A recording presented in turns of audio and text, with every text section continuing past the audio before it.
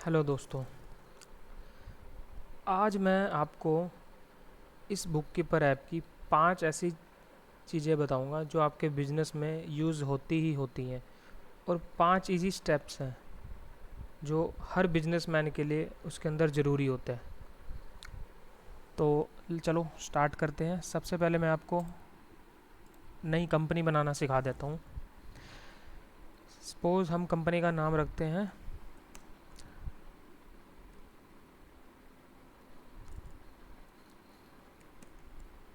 Ramchander store.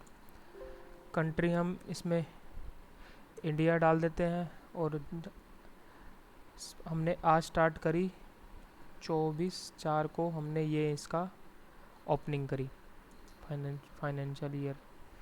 और business, किस चीज़ का बिजनेस है? अकाउंटिंग, ऑटोमोबाइल, बुक स्टोर, तो हम इसका बुक स्टोर कर देते हैं। तो हम यहाँ पे कुछ भी फ़ोन नंबर डाल देते हैं अपना जो भी है, और इसके अंदर अपनी ईमेल आईडी डाल देते हैं।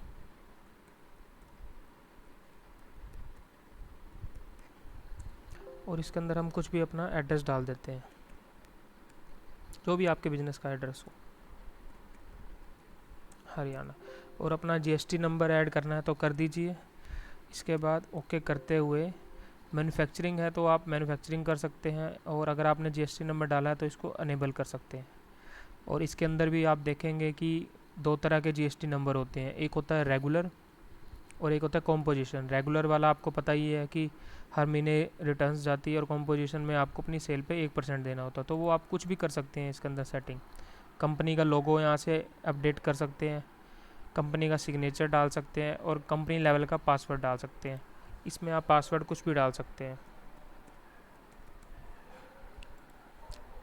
तो फिर जब भी आप अपनी ये कंपनी ओपन करेंगे, अच्छा ये this is my admin device, ये हमारा टू डिवाइस में, ठीक है। ये हमारी सारी यहाँ पे डिटेल्स फिल होगी। यहाँ पे हमने इसको सेव कर दिया। जीएसटी एंड नोट वैलिड आ रहा है तो कोई इशू नहीं है, हमने ओके कर दिया।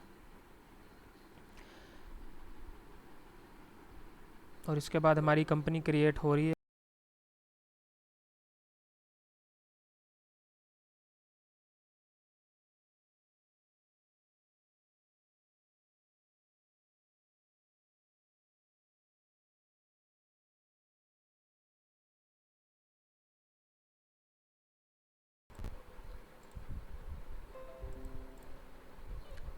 तो अब हम अपनी अपनी कंपनी ओपन करके देखते हैं। यहाँ पे हमें पहले ओपन कंपनी में जाना होगा। जो अभी हमने कंपनी बनाई है ये उसका बैकअप था, और इसको हम ओपन कर लेंगे। यहाँ पे हमने जो भी अपना पासवर्ड बनाया है उससे हम इसको ओके कर लेंगे। और ये हमारी कंपनी ओपन हो रही है।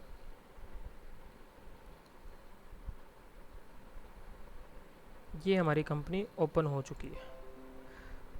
और उसके बाद सबसे पहले जब भी नई कंपनी बनेगी तो उसके अंदर वो गेट स्टार्ट पे स्टेप बाय स्टेप सबसे पहले हम अपना एक कस्टमर बना लेते हैं। सपोज़ हमने अपना पहला कस्टमर बनाया सोनू, उसका हमने कुछ भी फ़ोन नंबर डाल दिया, ईमेल आईडी डाल दी, एड्रेस डाल दिया, और इसमें एड्रेस डाल के हमने इसको सेव कर दिया। अब हमने अपनी कोई आइटम बनानी है। सपोज़ सोनू का काम है, उसकी कोई हमारा बुक से रिलेटेड है, तो उसकी हम अपनी एक बना देते हैं नोट्स बुक प्लेन। ये हमने अपनी एक आइटम बना दी। इसके अंदर डिस्क्रिप्शन में आप कुछ भी लिख सकते हैं, और इसका हमने रेट लिख दिया 150, और ये हमने सेव कर दिया। तो हमारा ये क्रिएट हो गया। ओके। उसके बाद अब हम बैक चलते हैं। अब हम जाएंगे अपने कस्टमर्स पे, देखते हैं। हमने ये सोनू कस्टमर बना दिया था, ठीक है। और इसी तरह से हम एक सप्लायर बना देते हैं जिससे हमारा माल आता है, जिससे हम बुक्स परचेज करते हैं। सपोज़ हम ट्रेडर हैं तो हमारा जिस मैन्युफैक्चर से माल आता है, तो हम अपना एक न्यू सप्लायर बना देते हैं। उसके बाद हम अपना एक सप्लायर का नाम रख देते हैं मोनू। वो हमारा सन्ड्री क्रेडिटेड में चला गया। ओपनिंग बैलेंस 0 अभी।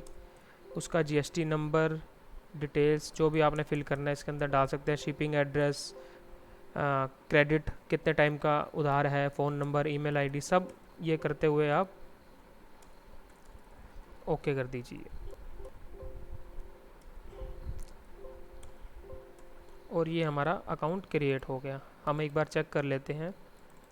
ये हमने मोनू का अकाउंट बनाया था, ठीक है। अब हमारे पास सप्लायर भी हो गया और हमारे पास कस्टमर भी हो गया।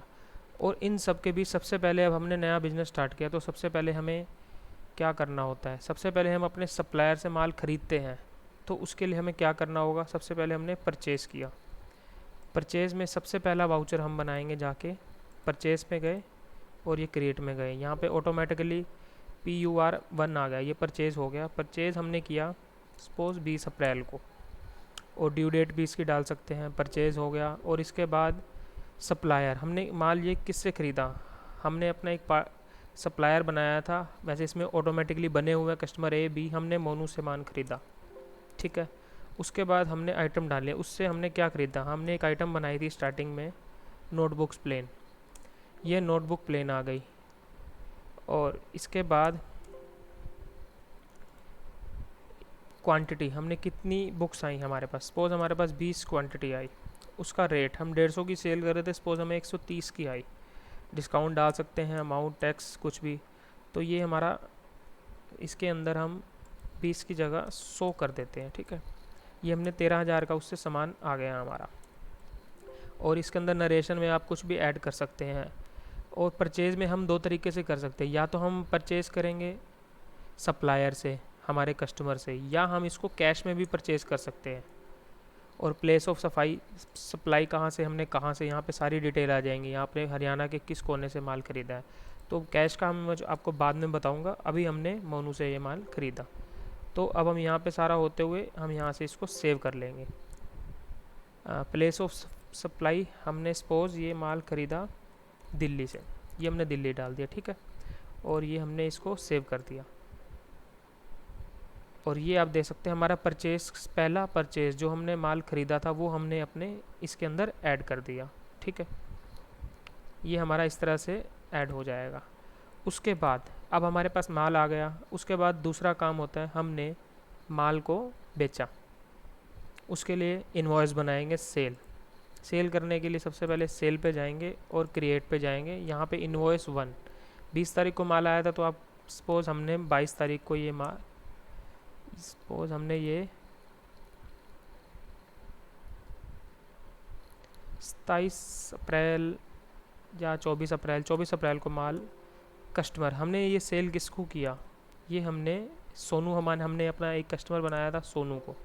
उसका फ़ोन नंबर डाल सकते हैं, बायर का नेम डाल सकते हैं, GSTN नंबर, एड्रेस, अगर कुछ डिटेल्स आप डालना चाहते हैं तो, ठीक है। उसके बाद प्लेस ऑफ सप्लाई, हमने कहाँ सप्लाई किया माल, हमने सपोज़ हमने हरियाणा में सप्लाई किया, ये हमने हरियाणा डाल दिया। और हमने उसको, हमारे पास एक इन्वेंट्री बनाई थी हमने नोटबुक्स। अब हम देखेंगे नीचे हमारे को ये दिखा रहा है यहाँ पे कि हमने 100 यूनिट लेफ़्ट, 100 हमने ख़रीदी थी। ये हमने नोट्स बुक्स प्लेन पे ओके करा।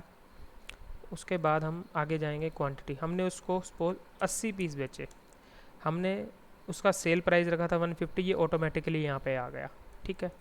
उसके बाद ओके करें और यहाँ पे कुछ भी डिटेल्स हमने डालनी है डाल सकते हैं। और यहाँ हम इसको सेव कर देते हैं और ये हमारा पहला इनवॉइस तैयार हो गया,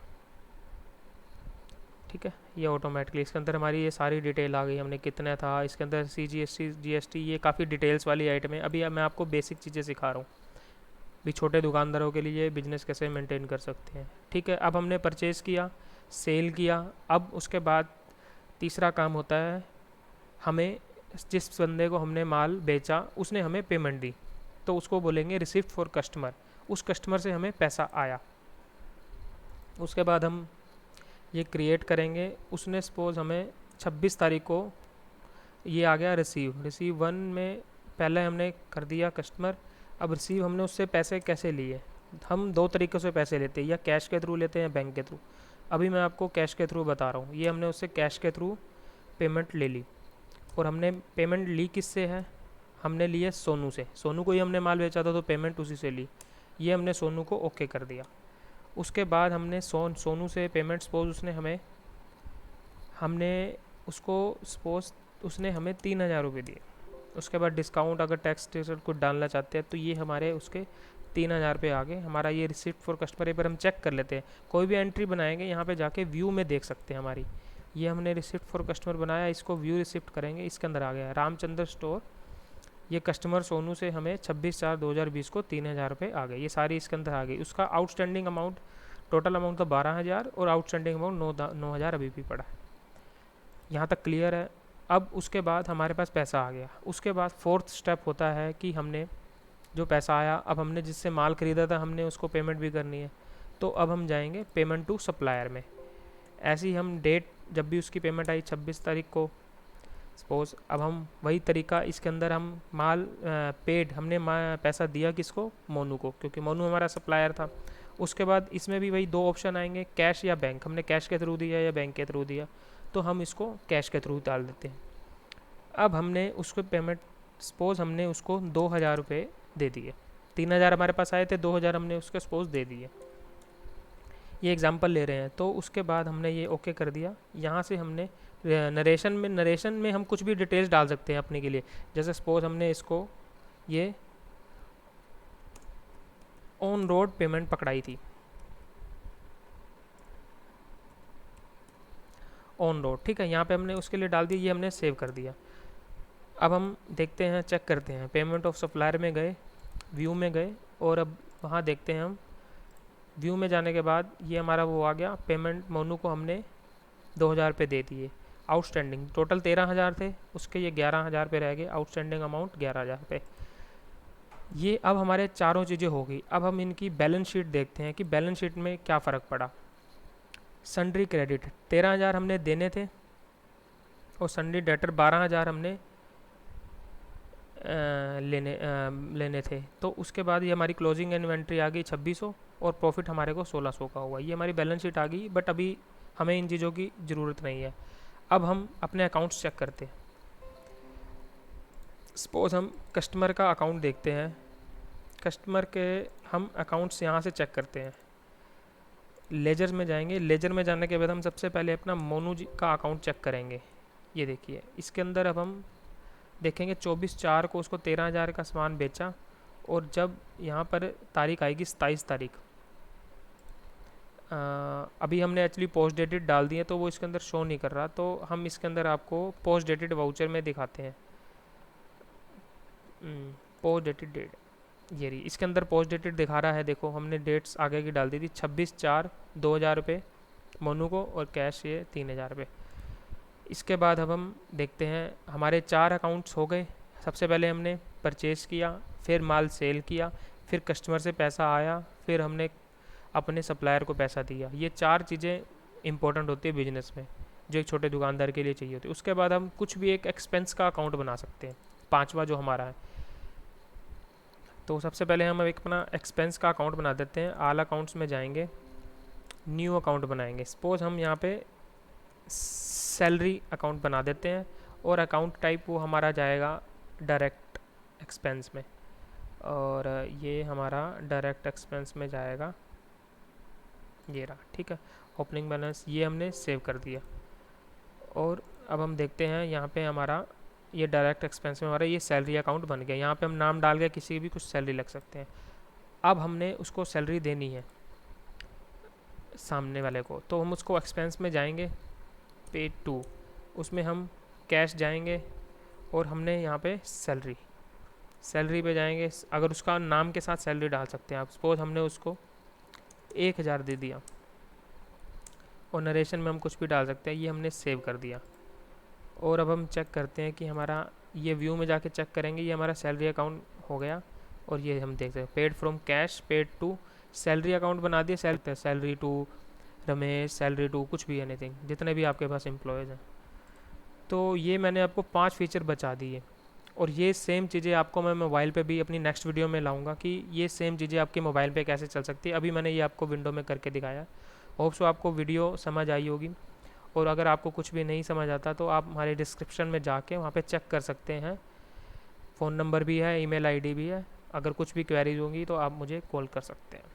इस चैनल को लाइक और सब्सक्राइब ज़रूर करें।